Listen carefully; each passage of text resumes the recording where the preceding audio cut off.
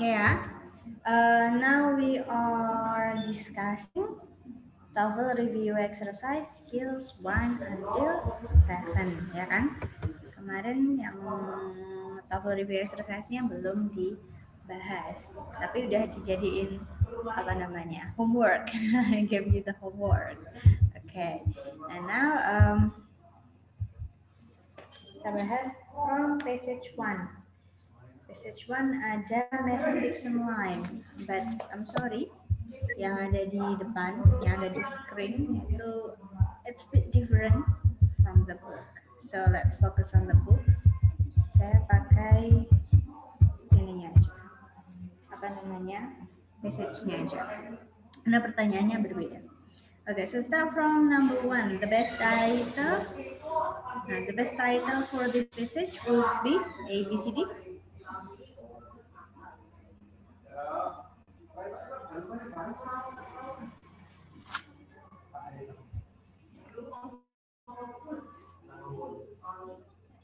Oh, sudah dikerjakan atau belum?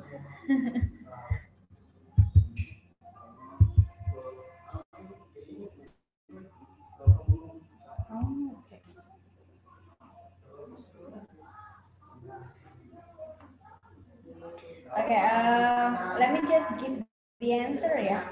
Nanti untuk apa namanya alasannya saya kasih simple, simple.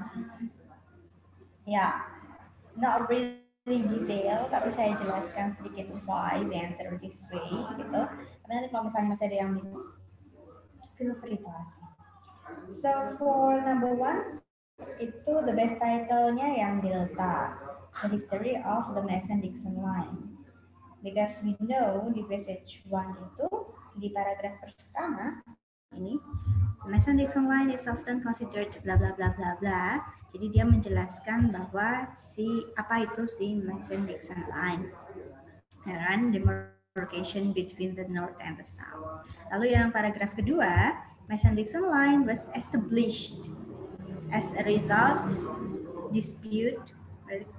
Dari kata-katanya itu kita tahu bahwa didirikannya Mason-Dixon line itu karena adanya perselisihan perbatasan, dispute, boundary dispute ya, perbatasan antara Pennsylvania and Maryland. Nah, berarti di paragraf pertama itu tentang Mason-Dixon line-nya, paragraf kedua itu tentang history-nya. So that's why for the answer yang paling mendekati itu yang Delta, yaitu history of the Mason-Dixon line. Walaupun mungkin nggak ada di Delta, nggak ada penjelasan tentang definition kayak gitu ya. No, we don't need that one. As long as Mason-Dixon line disebutkan di situ, itu udah benar. Karena kalau kita cek di jawaban yang lainnya, dari yang alpha dividing the north and the south jelas bukan. Kalau yang Bravo the meaning, it's not only the meaning ya. Kalau meaning kan berarti cuma lebih ke pengertiannya aja. Terus yang Charlie to English astronomers juga tidak disebutkan di situ. And then number 2, it can be inferred from the passage that before the Civil War, ini inferred, makanya soalnya sedikit susah. Mungkin ada yang sudah ketemu jawabannya, ABCD?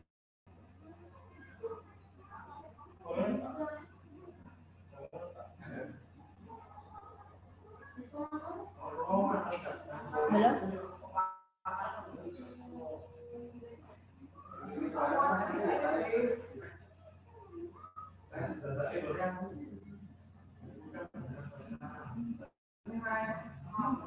Okay. So let me just give you the answer. The answer is Bravo. Ada di line ke-3 kalau di buku. Kalau di sini sama line ke-3 dari sini. Prior.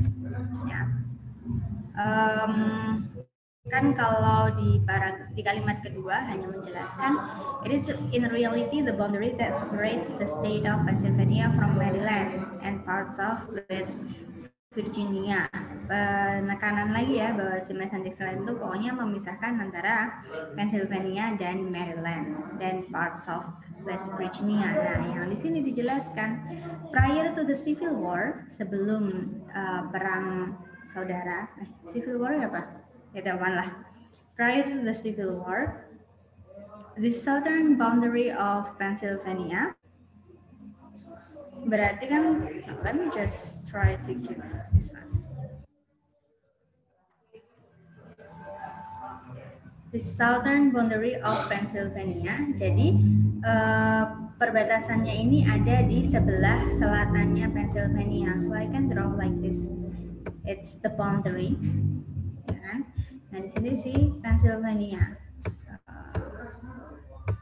Let me put PS. Pennsylvania. Ya kan? Ini kan southern. Let's say di sini ada north. Di sini ada south. Okay, so the southern boundary of Pennsylvania, mana sih? Separated the non-slave state to the north from the slave states to the south. Jadi memisahkan, ya, memisahkan non-slave state to the north. Jadi dari si Mason-Dixon line ini ke north itu non-slave. And then from the slave states to the south. Berarti dari sini ke south itu adalah slave state. So we can say, kan tadi kan Pennsylvania, si Mason-Dixon line misahin Pennsylvania sama si Maryland. Maryland dan parts of West Virginia ya. Nah, berarti kita bisa bikin kesimpulan bahwa si Pennsylvania itu non-slave, negara merdeka, sedangkan si Maryland dan parts of West Virginia itu adalah slave state, negara yang dijajah. So that's why the answer di sini adalah yang bravo. Pennsylvania was a non-slave state. Ya. It's a bit complicating, but yeah, like this lah. Okay, kita lanjut ke number 3. According to the passage, the Mason-Dixon line was established because of a disagreement. Jelas ya, boundary tadi di line kelima. As a result of a boundary dispute, berarti dibentuknya Mason-Dixon line itu karena ada perselisihan borders. Border itu sama dengan boundary, perbatasan. And so number 3, the answer is alpha.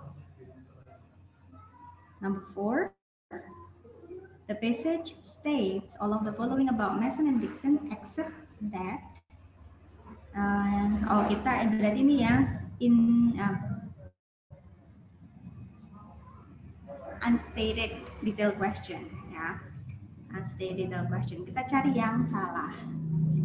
Jadi yang ditanyakan di nomor 14 tentang Mason dan Dixon ya, bukan line-nya tapi si Mason dan Dixon-nya, orangnya, astronomers-nya. Yang A, they came from England. Nah, ada di line ke 6. To English. English itu nationality-nya. Kalau dia English berarti dia dari England or British gitu ya, from England. And then yang bravo, they work as astronomers. Sama di line ke-6, to English astronomers, so they are astronomers.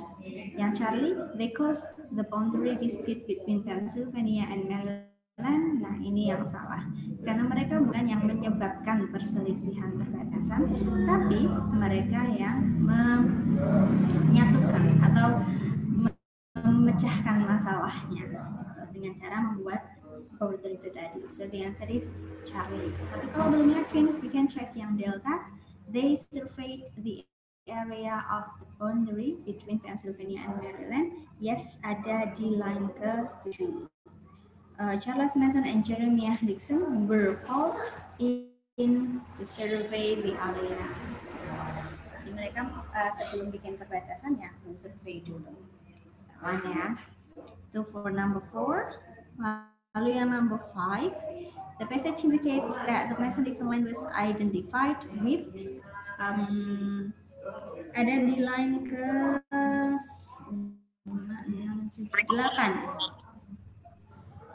8 ya.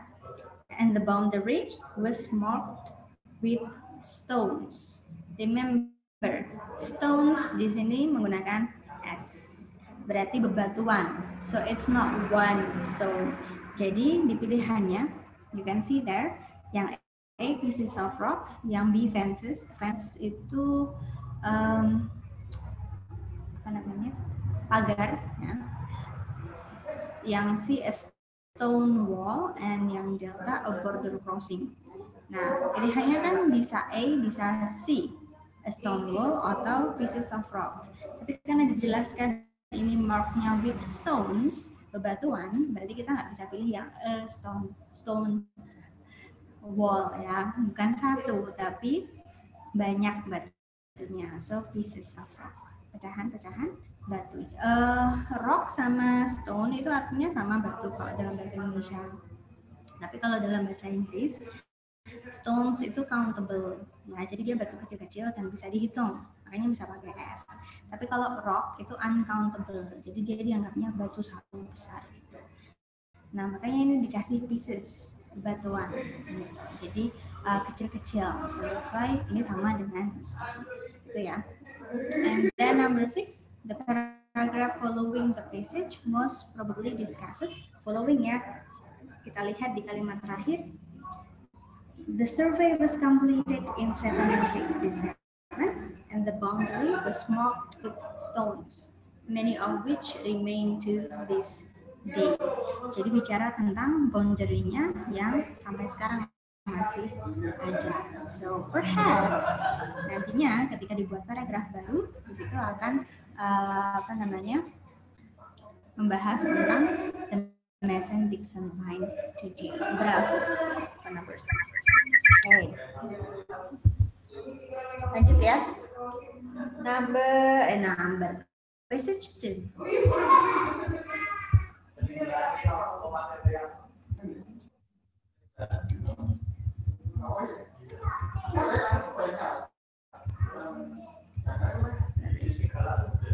Now passage 2 sama.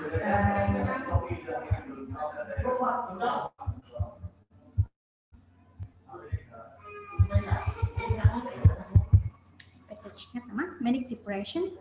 Number 7, paragraph preceding this passage. Ada yang sudah mengerjakan? No?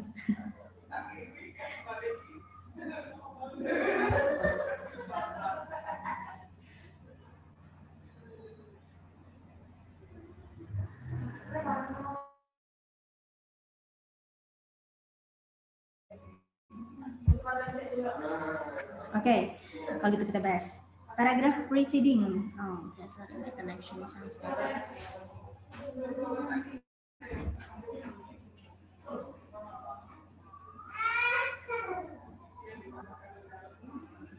Okay, let me continue ya. Paragraph preceding this passage most probably discusses. Jawabannya yang bravo, a different type of mental disease. Jadi yang di passage 2 itu di kalimat pertama ya, you can see manic depression is another psychiatric illness. Jadi ada kata another-nya. So perhaps di paragraf sebelumnya juga membahas tentang psychiatric illness, tapi bukan manic depression, tapi yang lainnya.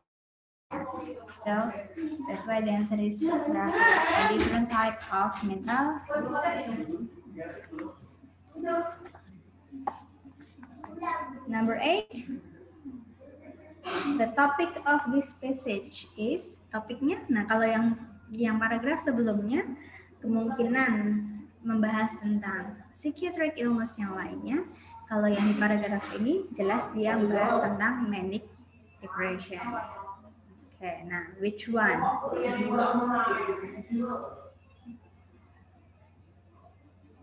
mana? ABCD? Yes, that's good. Delta, the mood changes of manic depression ya. Oh maaf ya, rumah saya sedikit berisik hari ini. Okay, because you can see that manic depression is another psychiatric illness that mainly affects the mood. Mainly affects the mood. Jadi talking about si moodnya manic depression itu. So delta. Number 9. According to the passage, a manic depressive patient in a manic phase, jadi fase maniknya, will be feeling ABCD.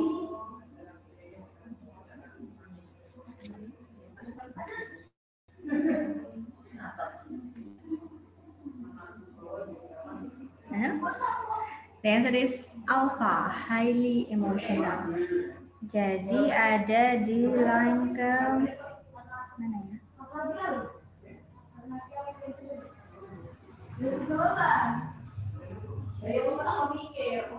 Oh, ada di line kelima. Ini agak jauh nih. The changes in mood suffered by a manic depressive patient go far beyond bla bla bla bla bla. Nah, baru in the period of manic excitement. Jadi ketika periode manic phase itu, the mood elevation can become so intense that it can result in extended insomnia, extreme irritability, and heightened aggressiveness. Jadi emang ketika fase manic itu bisa nyebabin sampai insomnia, lalu merasa mudah irritate itu, gampang tersinggung dan ekstrim banget gampang tersinggungnya, tapi juga heightened aggressiveness, agresifnya juga meningkat gitu. Jadi memang highly emotional. So, alpha. And then number 10, research indicates that most people, nah ini sebetulnya sepertinya antara number 9 dan number 10 itu kebalik. I mean urutan soalnya ya, karena ini kalau di nomor 9 itu jawabannya ada di line ke-5, di nomor 10 itu jawabannya malah ada di line ke-4. Di line ke-4 itu ada kata the changes in mood suffered by a manic depressive patient go far beyond the day-to-day mood changes experienced. Nah ini experienced by the general population. General population di sini sama dengan most people experience. Jadi di teks itu dijelaskan bahwa sebetulnya yang namanya moody, you know that, right? Moody itu dialami oleh general population. Kebanyakan orang itu memang ngalamin yang namanya moody, of course. Cuman memang tahapnya yang berbeda. Memang yang manic depression mungkin dia moody-nya yang benar-benar sangat ekstrim gitu, dibandingkan dengan orang biasa. That's why yang nomor 10 itu jawabannya yang Bravo, kan?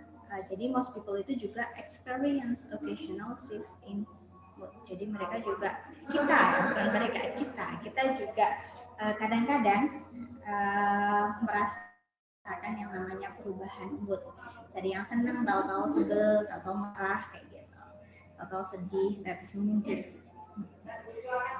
And then 11, the pronoun it in line 5. Jelas ya, the mood elevation. Kawan, the answer Bravo. Nanti bisa dicari sendiri. And then number 12, the passage implies, ada implying di sini. Dan dia terakhir. So we can say that maybe the answer also located almost at the end of the passage. Coba kita baca dari line ke-6. In the period of depression. Karena di di pilihannya itu sebetulnya we can see there yang dibahas adalah depression, experience manic depressive patients, depressive phase, manic depression. Jadi membahasnya memang di fase depresi. Jadi manic depression patient itu mengalami yang namanya fase manic, yaitu fase emosional, dan fase depression ya. Nah, kita di line ke-6. In the period of depression, which may last for several weeks or months. Jadi sebetulnya proses perubahan moodnya itu beda sama orang biasa. Kalau orang biasa ya ganti moodnya tuh cepet banget. Kayak paginya marah-marah, siangnya udah senang gitu. Nah, sedangkan kalau yang manic depression itu enggak. Ketika dia mengalami fase depresi itu bisa sampai mingguan bahkan bulanan. Nah, this one, a patient experiences feelings of general fatigue. Jadi ngalamin yang namanya kelelahan, uselessness, merasa tidak berguna, and hopelessness, ya, putus asa, and in serious cases, di masalah yang lebih serius lagi, may contemplate suicide. Nah, jadi bahkan they think about die, ya, mencoba untuk berpikir untuk bunuh diri. That's why kita coba cek jawabannya. Alpha, change from excitement to depression occur frequently and often. Sudah salah ya, karena tidak sering dan tidak tidak sering. Frequently and often hampir sama artinya, tidak sering, karena di fasenya depresi aja dia sampai mingguan atau bulanan, jadi perpindahannya tuh nggak secepat. And then yang berapa? Only manic depressive patient experience aggression. Okay. I can't find that one.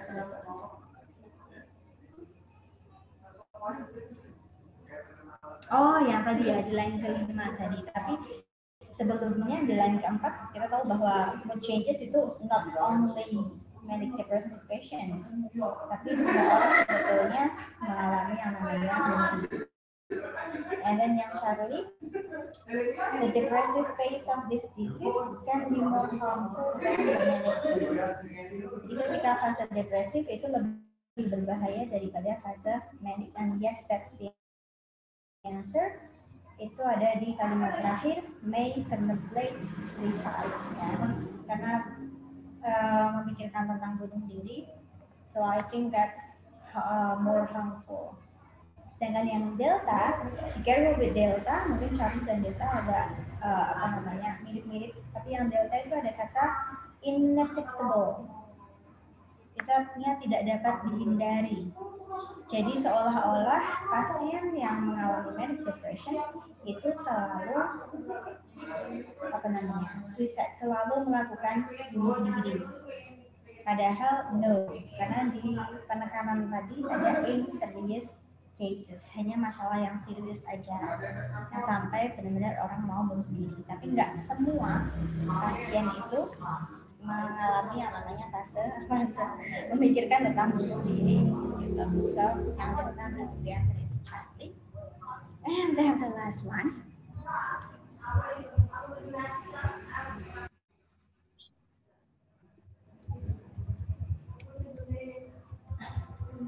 Ya, passage 3 agak beda. Di buku hanya satu paragraf, di teks saya di screen ini ada 3 paragraphs. So let's just focus on the book. Beda, teksnya beda. Okay, number 13. Which of the following best expresses the main idea of the passage? Jawabannya yang ada yang tahu?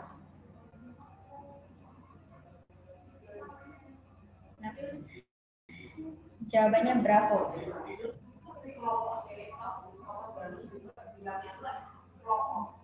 The television debates were instrumental in the outcome of the 1960 presidential election.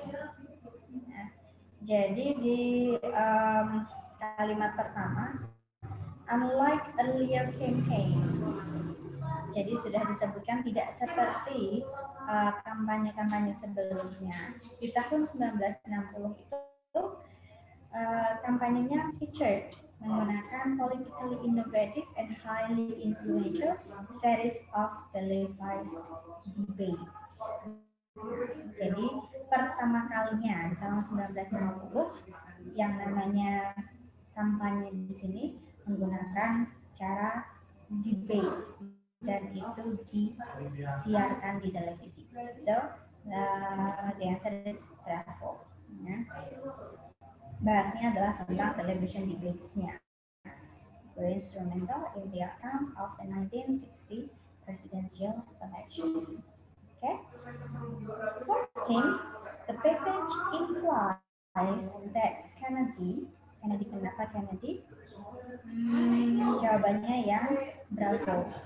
Won the Democratic presidential nomination fairly easily. Nah, jadi ada di line ketiga. Senator John Kennedy established an early lead among the Democratic, but was nominated on the first ballot at the Los Angeles to be representative of Democratic Party in the presidential election. Jadi dia itu dari Partai Demokratik untuk dicalonkan sebagai calon presiden, ya, untuk dari Partai Demokratik dia menang dengan sangat mudah. Ya bukan menang menjadi presidennya ya, tapi menang pencalonannya gitu, dari Partai Demokratik. Bravo. 15. The passage states that the television debates between presidential candidates in 1960. Ini jawabannya sama kayak number 13. Jawabannya adalah Delta. Were the first presidential campaign debates to be televised. 16. Not mentioned about Richard Nixon, itu jawabannya yang Delta. Tidak disebutkan tentang Richard Nixon, yang lainnya nanti coba dicari sendiri ABC-nya, tapi yang Delta jelas yang nominated on the first ballot itu bukan Richard, tapi si Kennedy. 17. The passage states that in the debates with Nixon, Kennedy demonstrated to the American people that he was. Nah, di sini mungkin banyak yang agak bingung. Nah, itu ada di line terakhir. Kita baca dari line ke-9 deh. Kennedy, in front of a viewership of more than 100 million citizens, Kennedy masterfully overcame Nixon's advantage as the better-known and more experienced candidate, and reversed the public perception of him as too inexperienced and immature for the presidency. Jadi dari yang namanya debate tersebut, si Kennedy itu bisa mengatasi Nixon's advantage, kelebihannya Nixon, karena Nixon sebelumnya adalah seorang wakil presiden, ya. Jadi dia memiliki keuntungan sebagai better known, lebih dikenal of course, and more experience, dan lebih berpengalaman, iya jelas, kan dari wakil presiden ya, masih jelas lebih terkenal dan lebih berpengalaman. Nah, lalu si Kennedy itu bisa reverse, membalik public perception. Jadi membaliknya adalah pendapatnya orang-orang bahwa mereka berpikir bahwa si Kennedy itu too inexperienced, sangat tidak berpengalaman, dan immature, tidak cukup dewasa untuk menjadi seorang presiden. Tapi di sini si Kennedy bisa memutarbalikkan pendapat masyarakat tentang dia yang seperti itu. So, the answer is alpha. Kenapa alpha? Karena old enough di sini maksudnya bukan tua, tapi old enough di sini adalah mature, dewasa, ya. Jadi dia cukup dewasa untuk menjadi seorang presiden. Sebagai opposite-nya dari immature, ya. Sedangkan kalau yang pilihan lainnya nanti bisa dibaca, that's definitely not the answer. Karena kalau yang more experience dan Nixon jelas bukan. Karena yang dibalik sama Kennedy itu dia hanya membalik persepsinya masyarakat, bukan membalik fakta bahwa si Nixon itu terkenal dan lebih berpengalaman. Jadi kalau more experience than Nixon atau better known than Nixon jelas bukan, karena gimana pun juga si Nixon itu malah lebih berpengalaman dan lebih terkenal. Yang Delta malah the opposite ya, so that's not the answer. And then number 18 paling gampang ini, the pronoun him jelas John Kennedy. That is. Wah. Hopefully that you can hear my voice clearly. Nanti kalau ada yang tidak bisa mengikuti dengan baik, tadi kualitas suara saya yang tidak terdengar dengan jelas, and you want to get the answer, then let me know. Ya, nanti I can give the answer later. Sekarang kita lanjut ke bab berikutnya. It's about vocabulary questions. Sebetulnya kalau vocabulary di sini skillnya sih ada 4, skill 8, skill 9, skill 10, dan skill 11. Banyak ya, yes of course, karena memang vocabulary questions itu muncul paling banyak. Nah, di sini mungkin kita hanya mencoba mencari makna satu kata di dalam teks ketika kita nggak tahu artinya, tapi dengan membaca teksnya kita bisa tahu artinya. Gitu.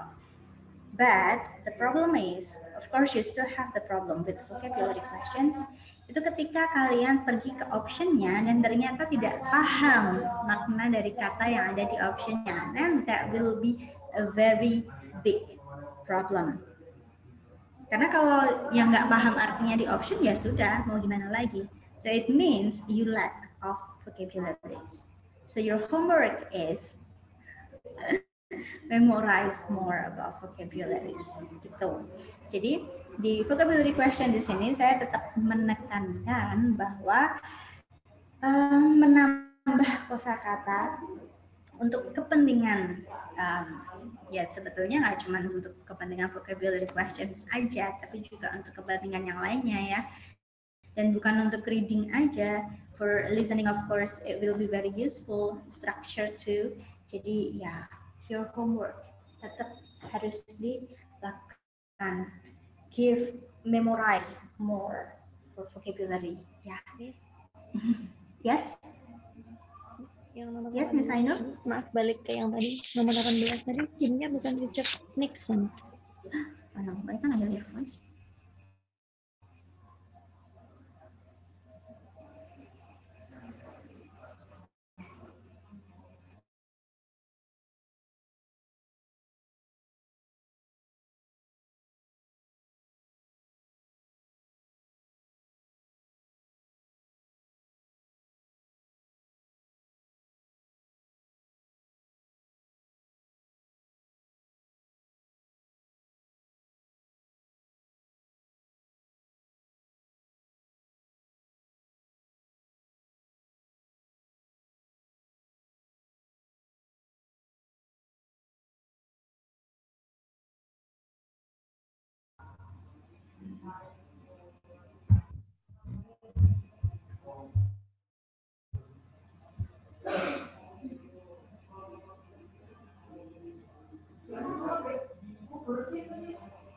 Oh, wait a minute ya, sebentar.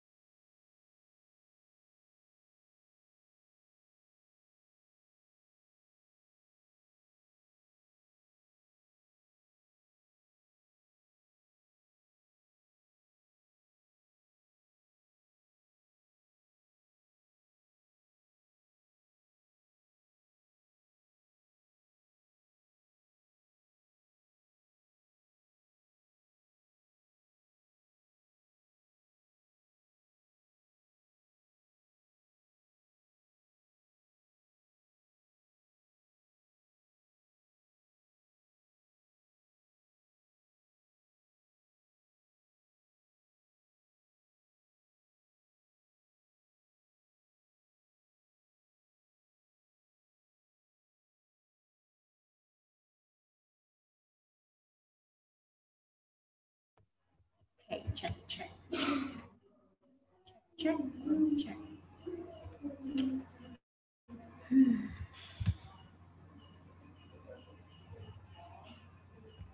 Suara saya sudah terdengar? Ya, Miss.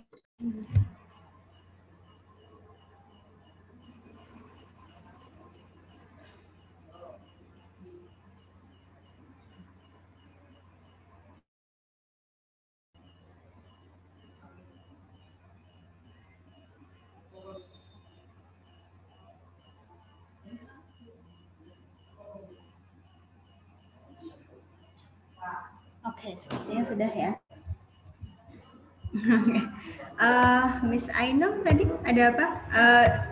Koneksi ya? Bukan, Miss. Yang nomor 18 tadi himnya itu yang John Kennedy, bukan yang Richard Nixon. Yang himnya itu Yang dibalik public perception-nya yang iya, John Kennedy kan? Karena better known candidate refers the public perception of him. Jadi membalik pemikiran masyarakat tentang dia yang dianggap ya sebagai sangat tidak berpengalaman dan tidak cukup tidak dewasa sebagai presiden. Jadi si Kennedy, kalau yang Nixon kan memang jelas diketahui bahwa Nixon itu better known dan more experience. Nah, di sini sebetulnya kalau mau dibuat kalimat lebih simpelnya itu bisa gini. Kennedy masterfully overcame Nixon advantage. Udah, S-nya ini dihapus dulu, coba dihilangkan. Lalu tunjukkan yang sini. Mana ya?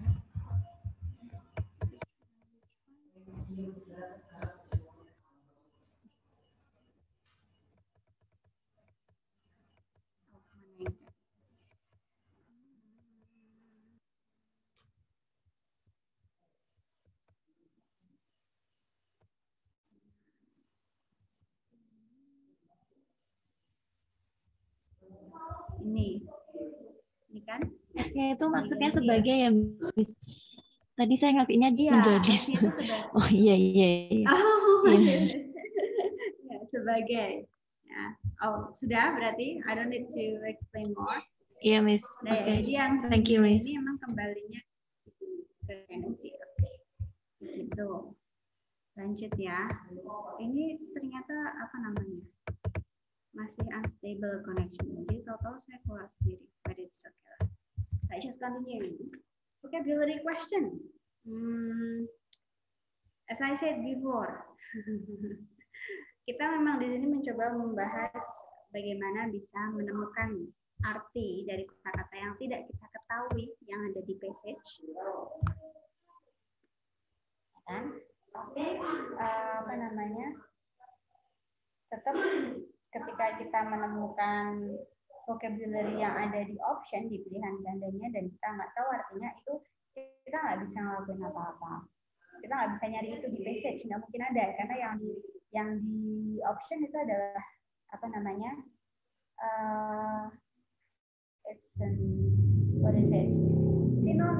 sinonim dari kata yang ditanyakan. Jadi memang itu kita harus master dengan kosakata tersebut. So tetap saya tekankan di sini untuk reading sebetulnya ya, reading as long as you have high or apa namanya rich vocabulary.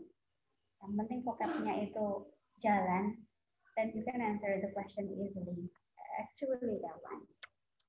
But let's just try to answer it. Ada di skill 8, 9, 10, 11.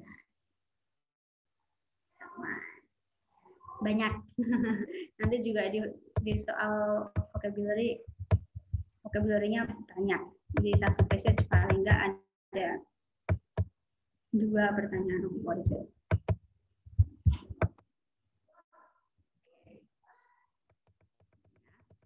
So, let's start from skill 8. Ini Kalau yang suka baca pasti sering nemuin yang namanya structural clues. Jadi kadang penulis itu dengan baik hati akan memberikan informasi atau makna dari kata yang dia maksud dengan menggunakan structural clues. Structural clues itu petunjuk menggunakan struktur. Kan sudah belajar structure ya kemarin. Kita bicara structure itu nggak cuma tentang grammarnya aja, tapi bicara tentang poin-poin kecil kayak koma, kayak gitu-gitu, kan? Bahkan kalau salah koma aja udah salah di situ. Nah, structural clues juga seperti itu. Jadi yang kita bahas di sini adalah tata letak penulisannya. Nah, kalau mau nanti example-nya mungkin bisa dibaca. Saya mau langsung pakai ke passage-nya. Jadi let me go to this one. Structure clues, how to identify the questions. Kayaknya pasti paham banget ya, yang namanya soal vocabulary ya pasti what is the meaning, causes the meaning, could be replaced by, lalu ada kata the word X in line, bla bla bla gitu. Jadi let's say kalau misalnya satu passage pertanyaannya tentang vocabulary semua, I think you don't need to masterfully understand the passage. Nggak perlu dipahami passage-nya, karena kita udah tahu vocabulary-nya yang ditanyakan itu ada di line keberapa, terus jelas kita nggak perlu skimming, kita cuma tinggal cek oh yang ini, something like that. Nah, makanya nanti kalau untuk mengerjakan yang ini nanti mungkin sedikit lebih cepat. Nah, and then types of clues-nya. Nah, di sini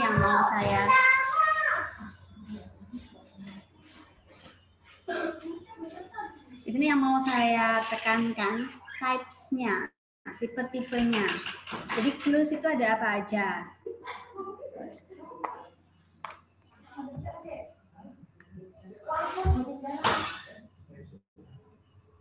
Wait a minute, it's ready.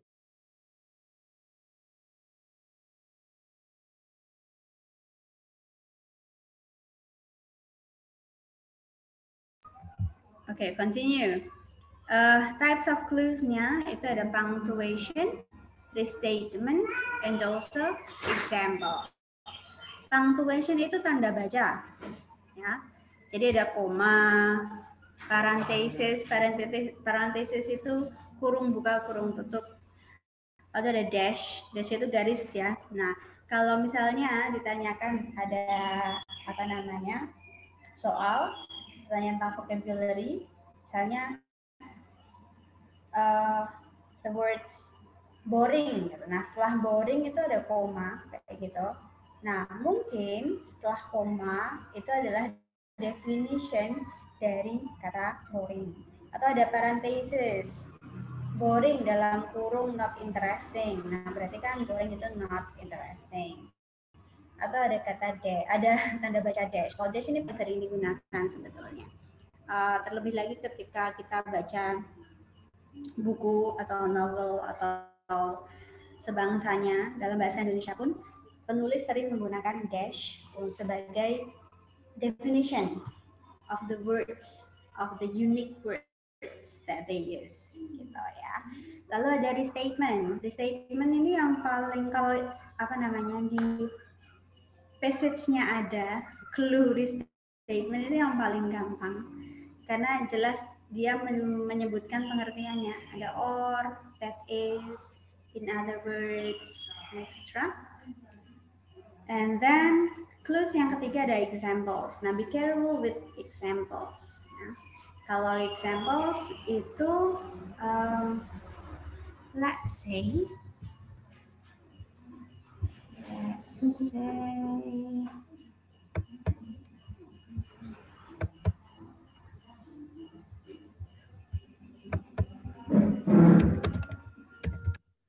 I don't like veggies. Let me just use this one. Walaupun sebetulnya nggak boleh sih penggunaannya, but it's okay ya. I don't like veggies, such as kan salah satu contoh clue dengan example ya. such as carrots, and then spinach, and then cucumber, like this one. Nah, yang kan adalah veggies. What does veggies mean? What is the meaning of veggies in line 2? And etc. Nah, such as di sini penggunaannya adalah example. Jadi ketika kita baca pengertiannya, carrots, spinach, cucumber itu adalah salah satu bagian dari veggies. So we can say carrots itu veggies, spinach itu veggies, cucumber itu veggies, tapi kita nggak bisa bilang veggies itu carrot, atau veggies itu spinach, atau veggies itu hanya cucumber, nggak bisa. Tapi kita buat apa namanya globalnya. Jadi kayak carrot, spinach, cucumber itu berarti mereka itu kalau dijadikan satu punya kesamaan apa? Mereka bagian dari apa? Oh, bagian dari sayuran. Berarti veggies itu sayuran. Carrot sayur, spinach sayur, cucumber sayur. Jadi veggies itu sayur. Tapi kita nggak bisa bilang, oh veggies itu artinya carrot. No. Oh veggies itu bayam. No. Nggak kayak gitu ya. Jadi kalau clues-nya example, itu yang harus kalian lakukan adalah cari generalnya dari contoh tersebut. Contoh itu hanya spesifiknya. So what you need is the general one. Apa? Dia bagian dari apa?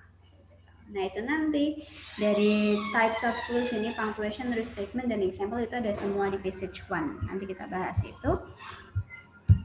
And then how to answer? I think you know lah how to answer. Of course, first of all, pergi ke line-nya, cari words-nya, ya kan? And then read the sentence that apa namanya? Baca kalimat yang ada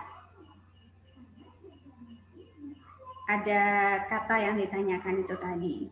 And then when you find structure clues, ada structure clues-nya, so that's your luck.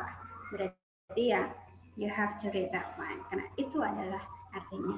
Remember ya, for vocabulary questions, even though you know the meaning of the words when it is asked, ya, please give time to read the passage. Especially the sentence that the location of the words being asked.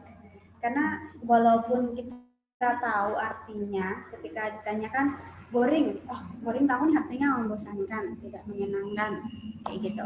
Kita langsung jawab aja, pilih yang sinonimnya membosankan. Tapi belum tentu di teks itu boring artinya memang membosankan. So what you need to do is cek dulu di teksnya sama enggak dengan apa yang kalian pikirkan gitu. So that's why even though vocabulary question, you still need to go to the passage. And let's go to the passage 1. Teddy bear. Nah di sini ada clues-nya, ada punctuation, ada restatement, dan ada example. Yang number 1, according to line 1 of the passage, what is a teddy bear? Line 1, teddy bear.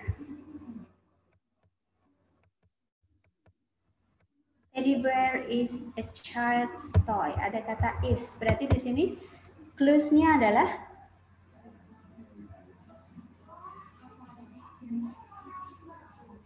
punctuation, restatement, atau examples.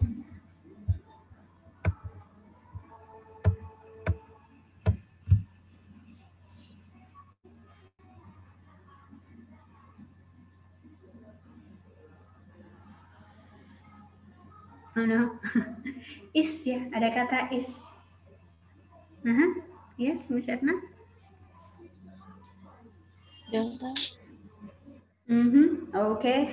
Yes, the answer is delta, a plaything. That's nice. a child's toy ya, jelas di situ ada restatement, sebetulnya lebih ke definition ya. Jadi bear is a child's toy, berarti child's toy adalah a plaything. Nah, if you look at number 1 di optionnya itu kan ada ferocious animal, famous hunter.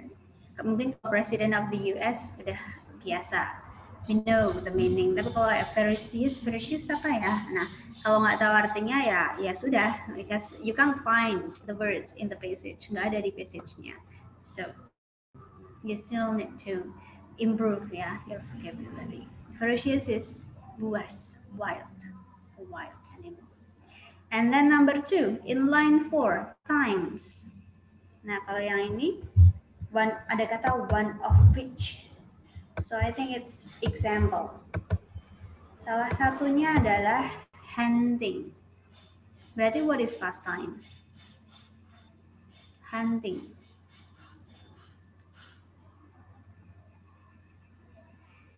ABCD?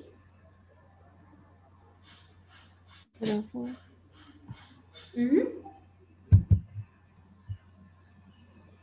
Oh, can you repeat this, Aina?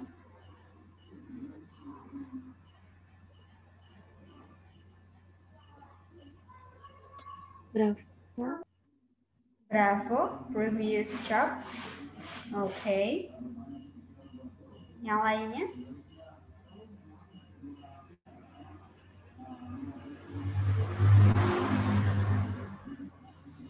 Yang lainnya? Delta, leisure activities. Okay. Others?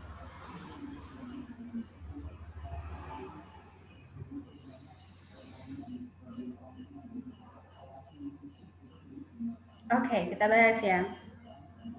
I've told you before, one of which, such as, for example, itu adalah contoh dari close example.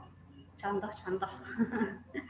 Oke, di sini, he was an unusually active man with varied itu beraneka ragam, varied pastimes, one of which was hunting. Now, when we talk about hunting itu kegiatan apa? Apakah dia sebuah pekerjaan atau sebuah hobi?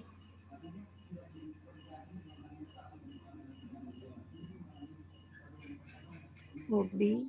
Ya, hunting itu bagian dari hobi, ya kan?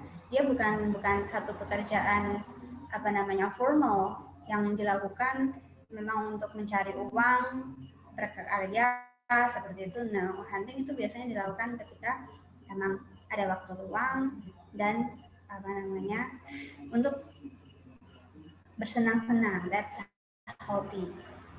That one. Jadi hunting itu adalah salah satu hobi yang dilakukan oleh si Roosevelt. So pastimes here itu artinya adalah activities. Leisure activities means hobbies, yaitu sebuah aktivitas yang dilakukan untuk bersenang-senang dan dilakukan di waktu yang luang. So the answer is delta. Okay. Nah, pastimes itu ada dua. Yang satu pastimes yang tulisannya seperti ini, yang satu pastime yang biasanya kita jumpai ketika bicara tentang tenses ya, past, terus times, di space, kayak gitu. Nah, kalau yang itu mungkin artinya adalah things that occurred in the past, kayak gitu. That's why ketika ada soal vocabulary, you still need to go back to the passage ya. Jangan mengira ini mungkin ini tulisannya salah ketik, mungkin harusnya ada space-nya dan double T gitu. No. Ketika kalian mendapatkan soal ITT, tinggalkan pemikiran bahwa mistyped atau salah soal atau ini bonus, nggak ada, karena emang benar-benar sudah dicek secara teliti dari pihak sana gitu. So sangat jarang terjadi ada salah soal.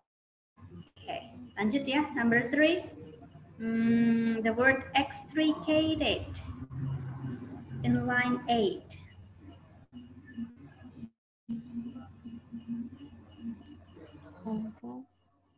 Alpha. Yang lain? Ada yang punya jawaban berbeda?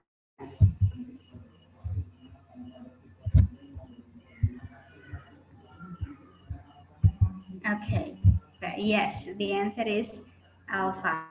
Released ya. Ada kata-kata free. Extricated from the ropes. Kalau baru baca ini sih belum begitu jelas. Ropes-nya itu berarti extricated itu dilepas atau ditali. Walaupun ada kata from ya, but sometimes we aren't sure about that one. Ini dilepas atau ditali. Nah, ada semicolon, that one itu juga termasuk clues. That is, he demanded that the bear be set free. That is, that is-nya yaitu he demanded that the bear be set free. Oh, dibebaskan. So extricated here means released. Gitu. And then number 4 in line 10, the cartoon. Ada dash di sini.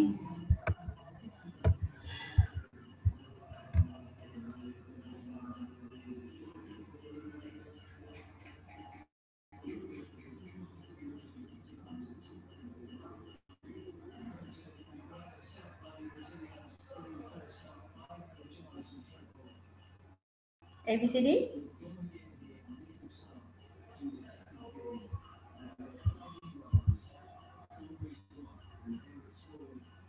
Charlie.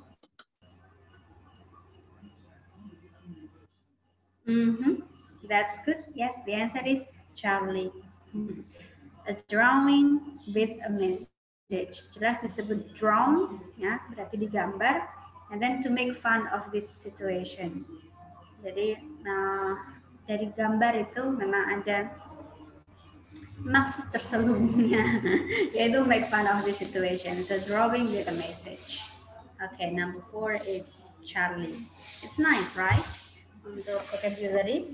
Jadi sebetulnya kalau kita tahu vocabulary-nya, kita tahu yang ditanyakan, maksudnya yang ada di option-nya itu it's easy dan dia bisa menjadi salah satu poin plus. Tambahan lah. Setidaknya kita dapat jawabannya emang udah jelas ini benar nih. Jadi bisa kita hitung sendiri. Apalagi vocabulary itu paling banyak ditanyakan di reading. Dan dia tidak menghabiskan banyak waktu untuk menjawab. So you can save the time in answering vocab questions untuk menjawab soal-soal yang lebih susah. Lanjut ya, passage 2. Dijawab dulu. 5 minutes deh. So everyone can answer. There are 4 numbers. 5 minutes itu udah banyak banget. Passage 2.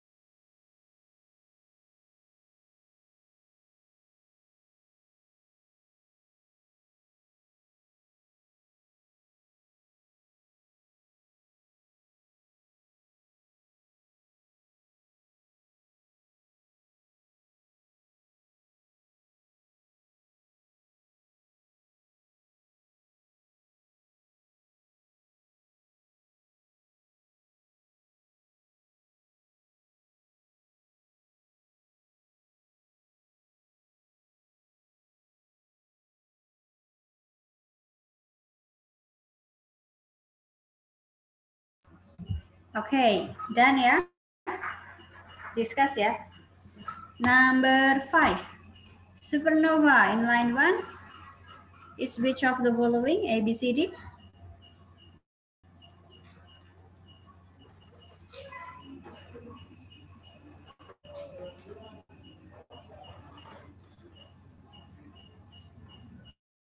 Anak ya? Yeah, that's good. Delta, the explosion of a star. Continue. Langsung aja. Number 6.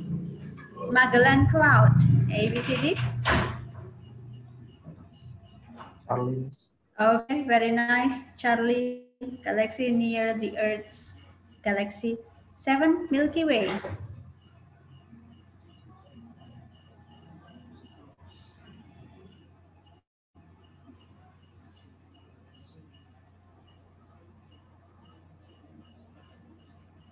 Milky Way, Milky Way. Charlie, Miss. Yep, Charlie. A galaxy that is home to the Earth. The last one, number 8. Phenomenon. Delta. Phenomenon.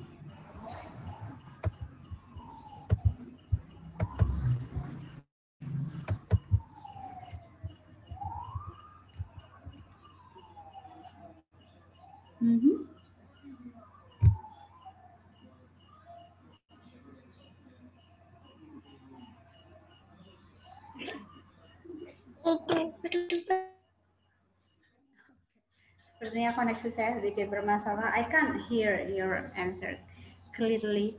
So let me just give you the answer. Number 8 is delta, unusual occurrence.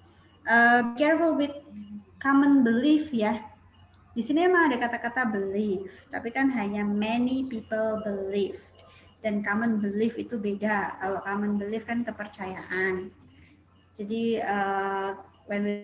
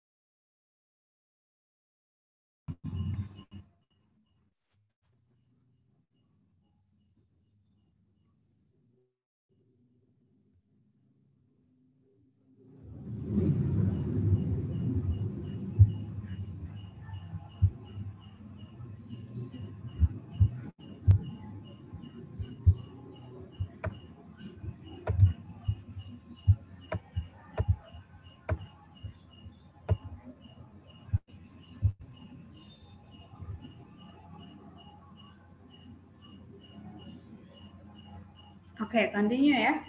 Number 8, delta, unusual occurrence. Karena kan yang namanya kiamat the world was coming to an end, kiamat ya, itu kan bukan sesuatu yang terjadi sehari-hari, so it's unusual. Lanjut. Skill 9, determine meanings from word parts. Nanti coba saya bagikan, if not this evening, maybe tomorrow, yang namanya word parts. Ada listnya. Kalau di buku sih ada di halaman selanjutnya ya. Itu ada a short list of word parts, you can see there. Jadi yang namanya word parts itu bagian kata, or we can say suku kata atau dua suku kata. Pokoknya bagian dari sebuah kata.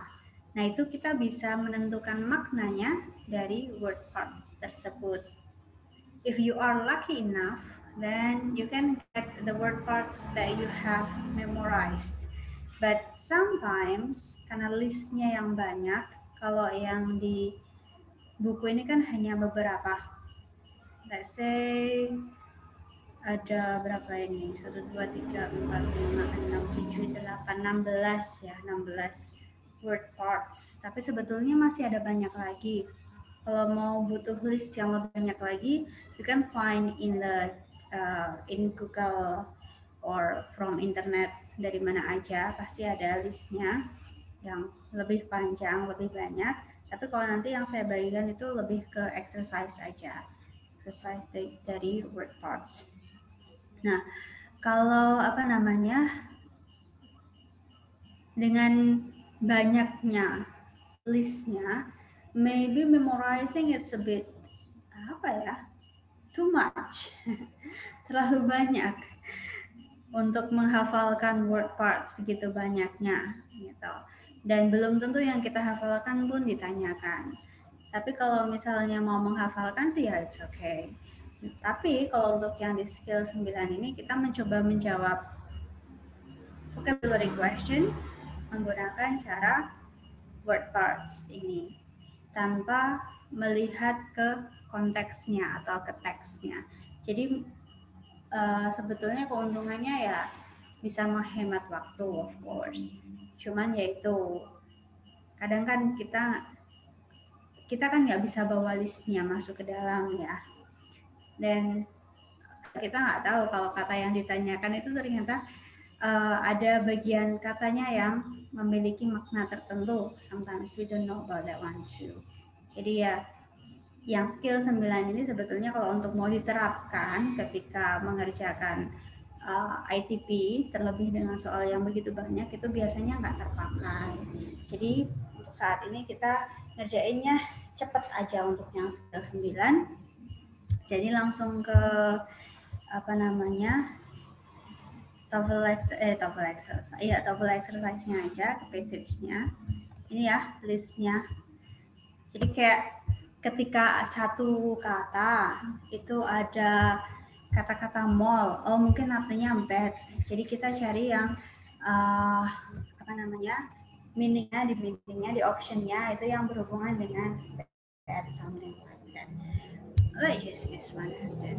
Saya mau skip message-nya, tapi nanti kalau mau dibaca-baca message-nya boleh banget ya, menambah pengetahuan juga. Nah, this one, subjugation, the word subjugation in line 4. And then we try to find the meaning, subjugation. Dari kata sub, sub itu artinya under. Contohnya kayak subway, itu underway, berarti jalan yang di bawah. Nah, this one under, subjugation. Di sini yang berhubungan dengan under yang mana? Religion, flag, control, atau agreement. So which one?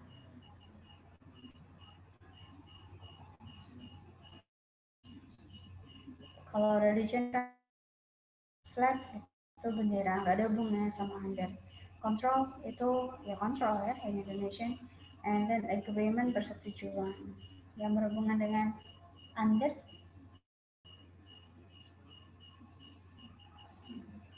we can say control ya. Yang biasanya under control gitu.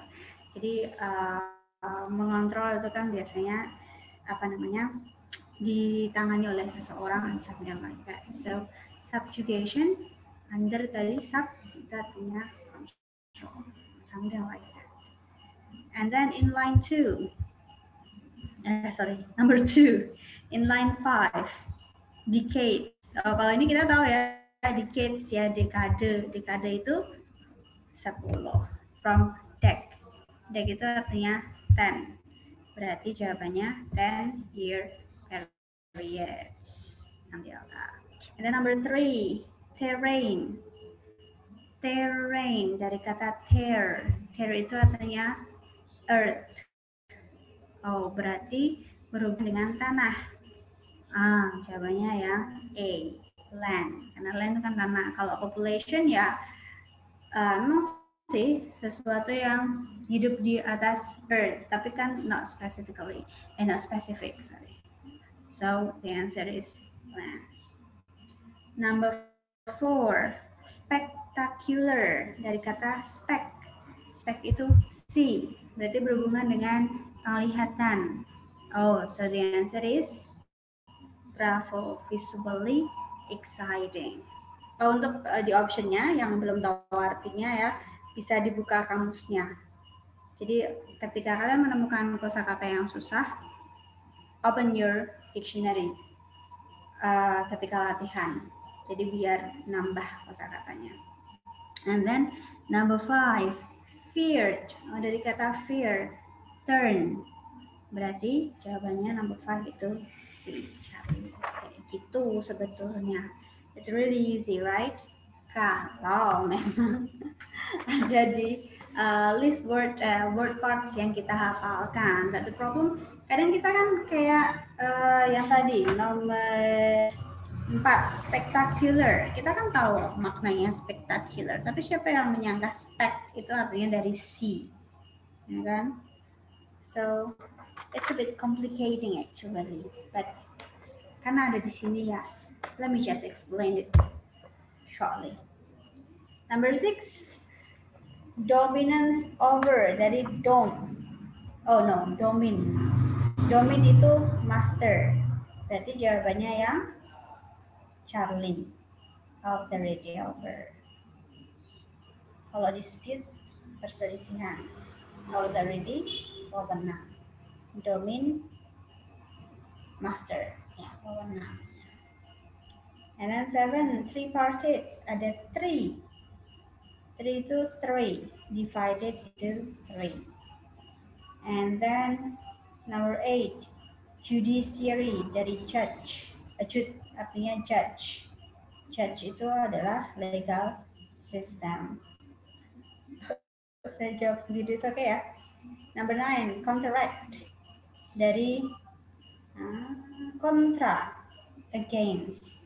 Okay, so delta work against, and then contradictory sama kontra, against, so it's opposite to.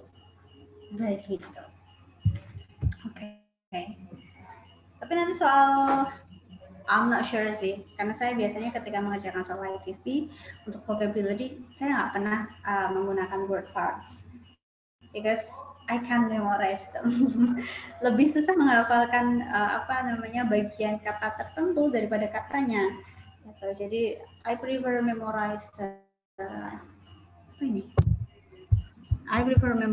the words.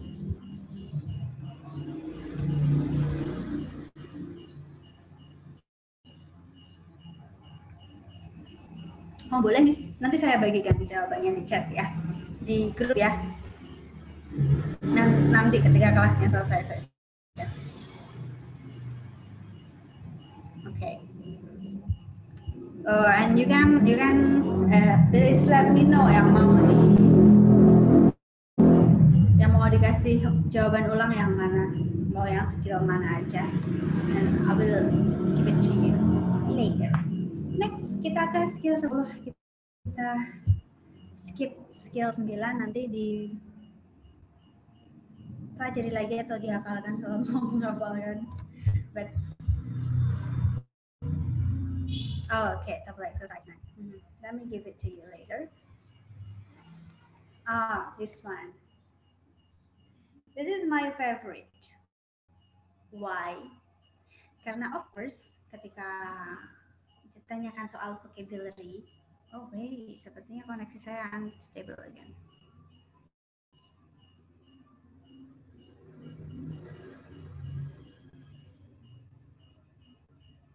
Cek.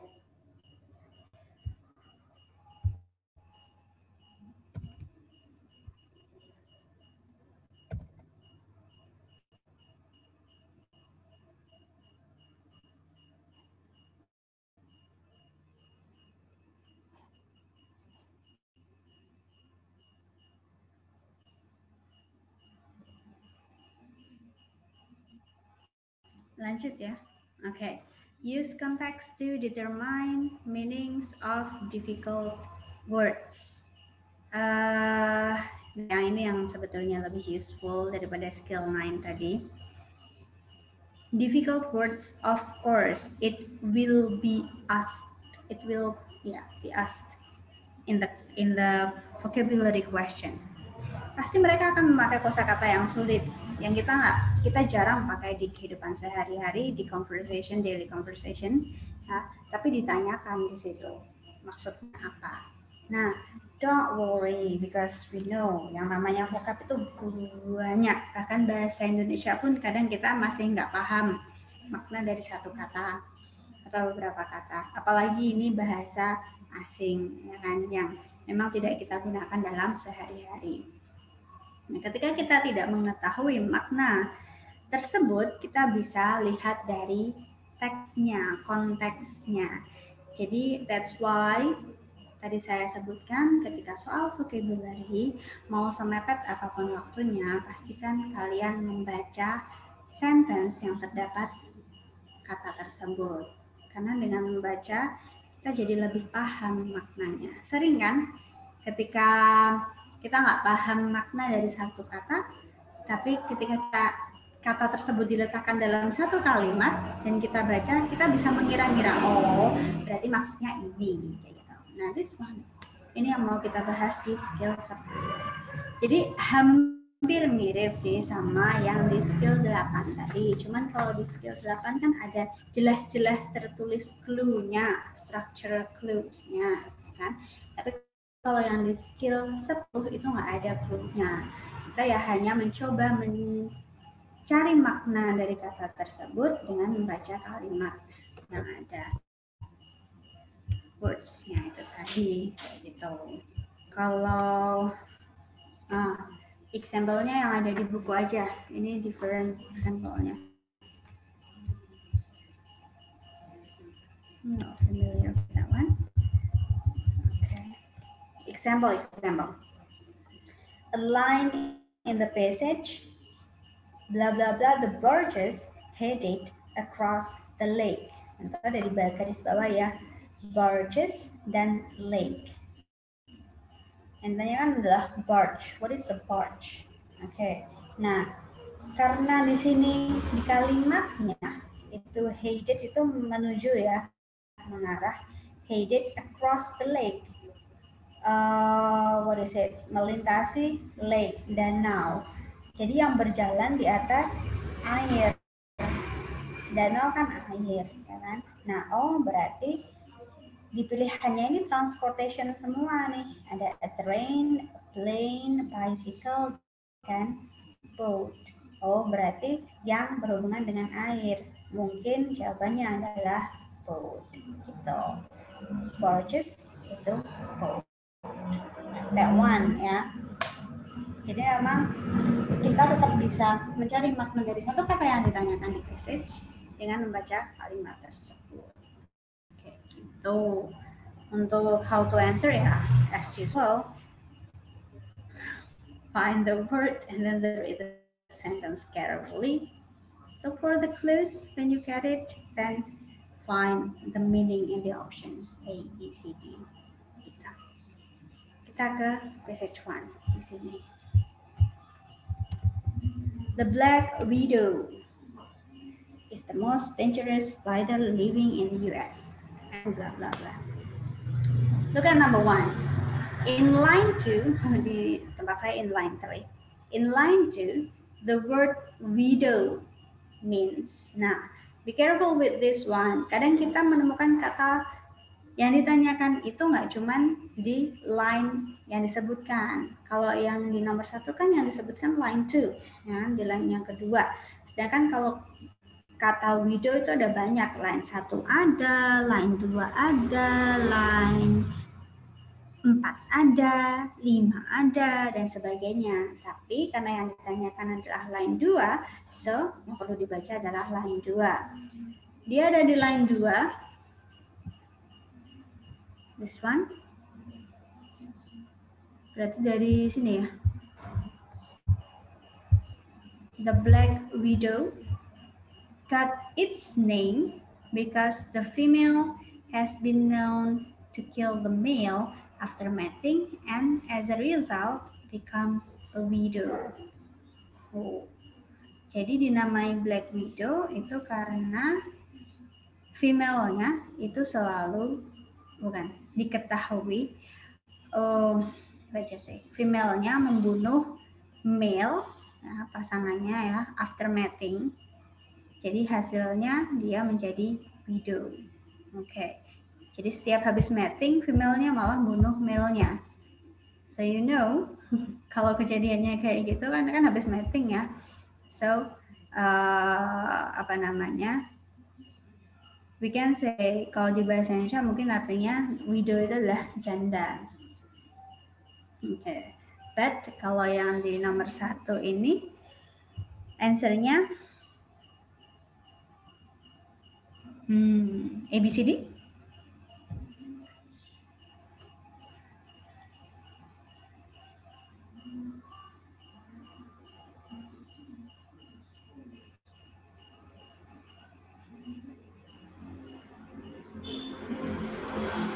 Okay, number 1 the answer is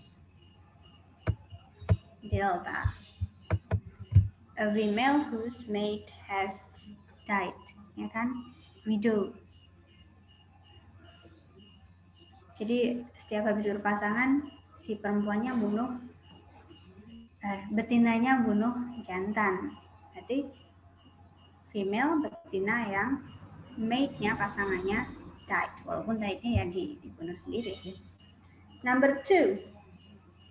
Which of the following is closest in meaning of the word globular? Globular in line 5.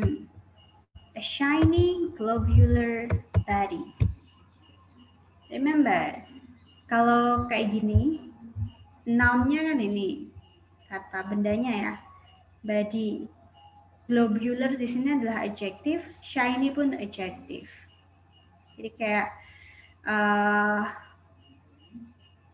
long black hair. Jadi long itu adjective, black itu adjective, hairnya baru noun-nya. Jadi kita nggak bisa ngomong si long itu black, no, bukan black, long juga bukan ya.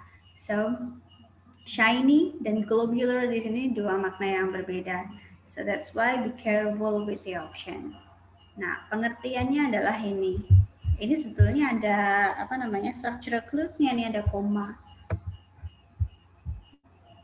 This one. The black widow is rather distinctive in appearance. It has a shiny globular body, the size and shape of a pea. Globular body ini adalah size and shape-nya seperti pea. What is pea?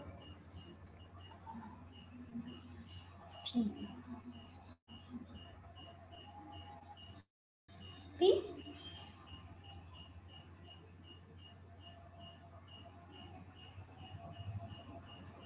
Oh no, it's not a pie, but it's pea. Pea itu kacang ya, kacang polong loh.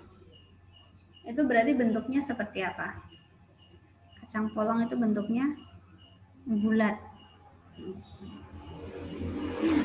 Yeah, so the answer is delta. Wrong. Kalau earthen, gak ada hubungannya ya. Why earth? And then ada luminescent, bercahaya. Nah, itu kan shiny-nya. Kalau yang ditanyakan shiny, mungkin the answer is luminescent. And then green in color, be careful with this one. Yang disebutkan seperti P adalah size dan shape-nya, bukan color-nya. Oke. Okay? Jadi ukuran dan bentuknya aja. So actually it's not that big ya kalau cuma seukuran that one. So the answer is delta, wrong. Number 3, ample in line 7.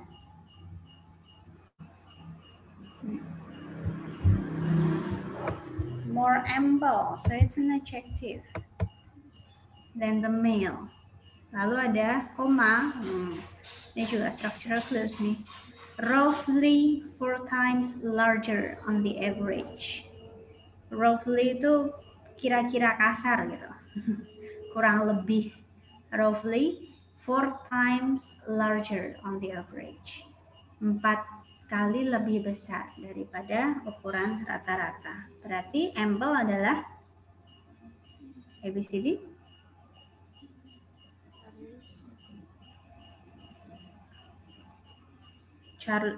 Number 3 loh.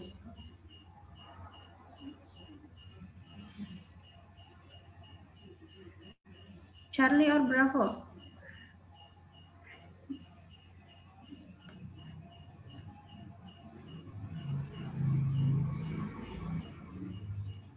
Number 3 Bravo ya.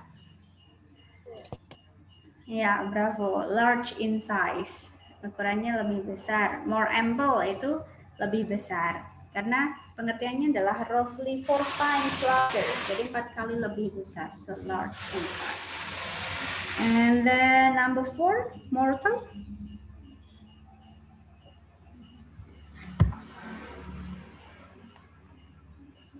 Mortal. In line 10. That's good. Alpha, definitely. That's nice. Okay. Lanjut ke passage 2. How many numbers? 4 numbers bisa dikerjakan dulu. 5 minutes talking about tornadoes. Kita bahas setelah 5 menit ya.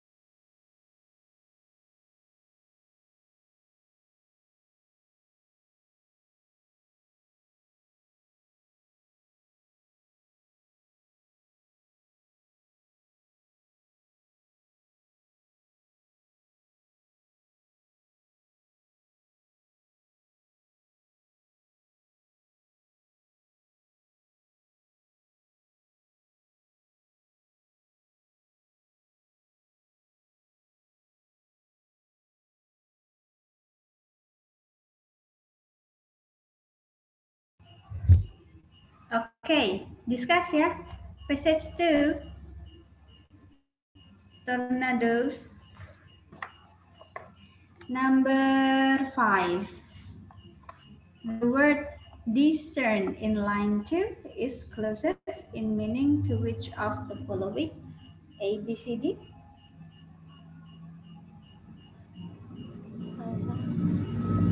Alpha, present, present or present. Info, Miss. Bravo, understand. Yang lainnya?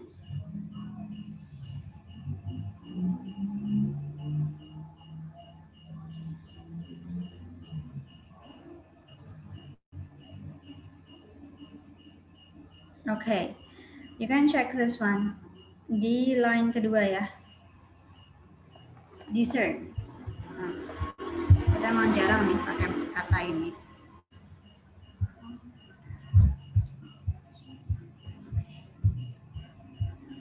Tornadoes occur throughout the world, but for reasons the scientists are not fully able to discern, the great majority occur in the US. Jadi tornado itu terjadinya itu di seluruh dunia, but for reasons. Tapi alasannya scientists itu not fully able, tidak begitu titik-titik.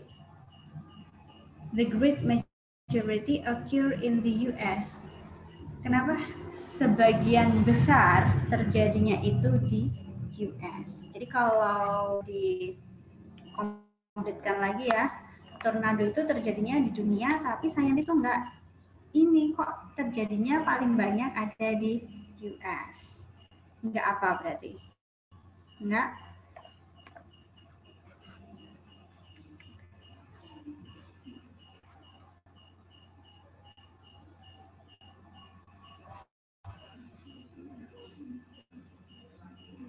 Nggak paham ya, not understand.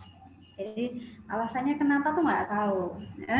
Emang unik sih, tornado emang sering terjadi di US. Even though actually it can happen around the world. Okay, so the answer for number 5 is understand. Number 6, the word propel in line 6.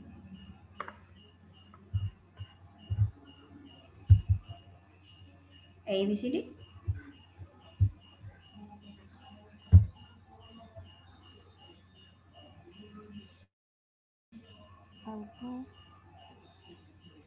Alpha, move, others. Bravo, Miss. Bravo, develop, others.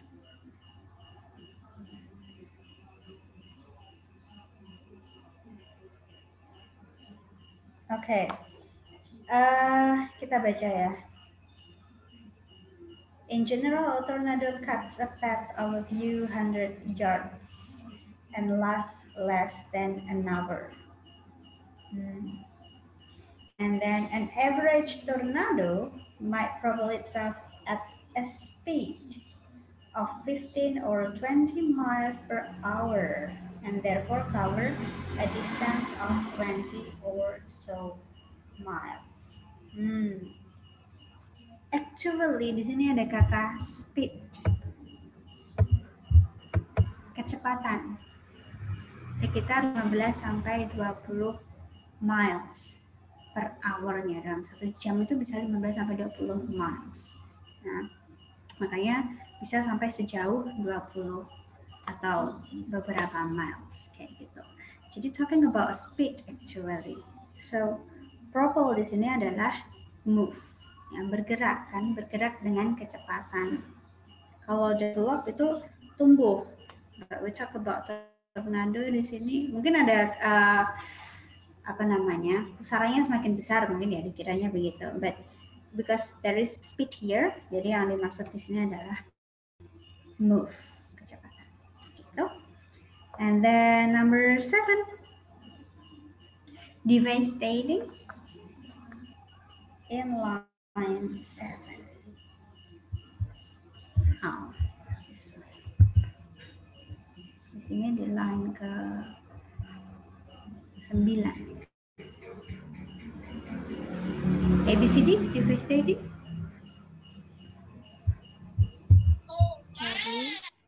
Charlie, destructive. Others?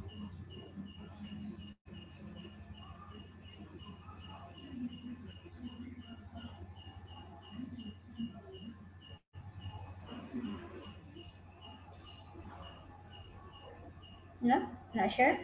Okay. Kita baca. The most devastating tornado on record occurred on March 18, 1925 in the states of Missouri, Illinois, and Indiana. Jadi negara-negara Missouri, Illinois, dan Indiana. Oke, dan hanya itu sih penjelasannya ya. But di kalimat sebelumnya, tornadoes, however, can be much worse than average. Ya, jadi memang bisa memburuk, jauh lebih buruk dari biasanya. The most devastating tornado on record yang paling titik-titik itu terjadi di negara Missouri, Illinois, dan Indiana. Oke, jadi bicara tentang worst yang pertama tadi, kata worst. So, ketika kita bicara sesuatu yang buruk, kalau yang A described, the most described, yang paling bisa diceritakan atau dideskripsikan, I think that's not. Karena kalau buruk ya, it's a bit difficult to describe. And then delicate itu opposite-nya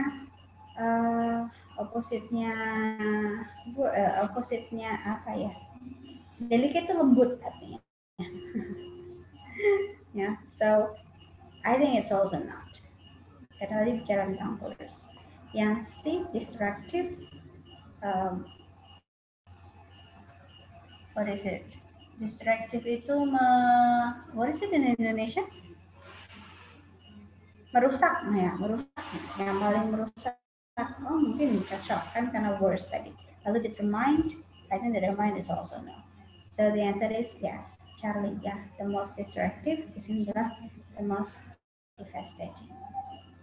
The last one, number 8, swirled. A, B, C, D.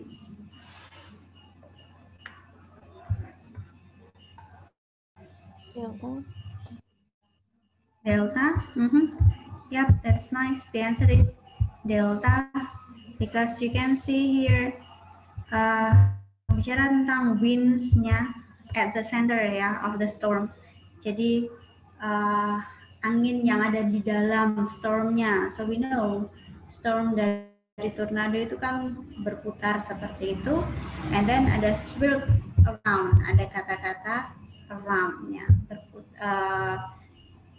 Bahasa swirl itu kita taunya pindah gitu. Around itu kan berputar.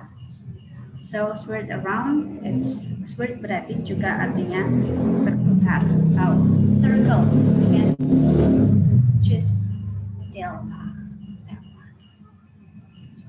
That's it. Okay, that's it ya. And I think that's all. I'm not going to continue explaining because suara saya sudah mulai serak-serak gimana begitu. Jadi untuk yang di skill 11 kita bahas next week saja. And then bisa dibaca-baca dulu. Atau yang tadi table exercise-nya yang belum dikerjakan itu bisa dibaca-baca lagi, dicocokkan apakah penjelasan saya itu sesuai dengan apa yang ada di teks. Nanti kalau misalnya ada yang nggak pas gitu, bisa ditanyakan ke saya. You can ask to a subgroup or to me privately, it's also okay.